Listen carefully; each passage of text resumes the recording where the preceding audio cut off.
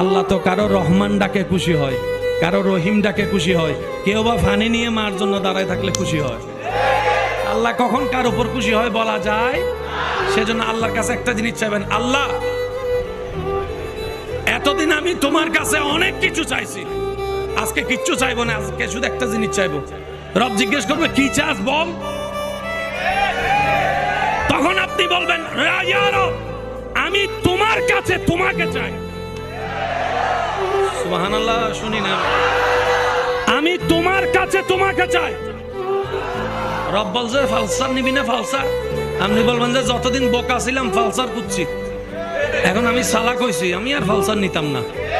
কারণ ফালসারের বড় তো গাড়ি আছে, ফালসার পাইলে তো ওইটা পাওয়া হবে না, কিন্তু মালিক পাইলে সব পাওয়া হয়ে যাবে, সব পাওয়া হয়ে যাবে।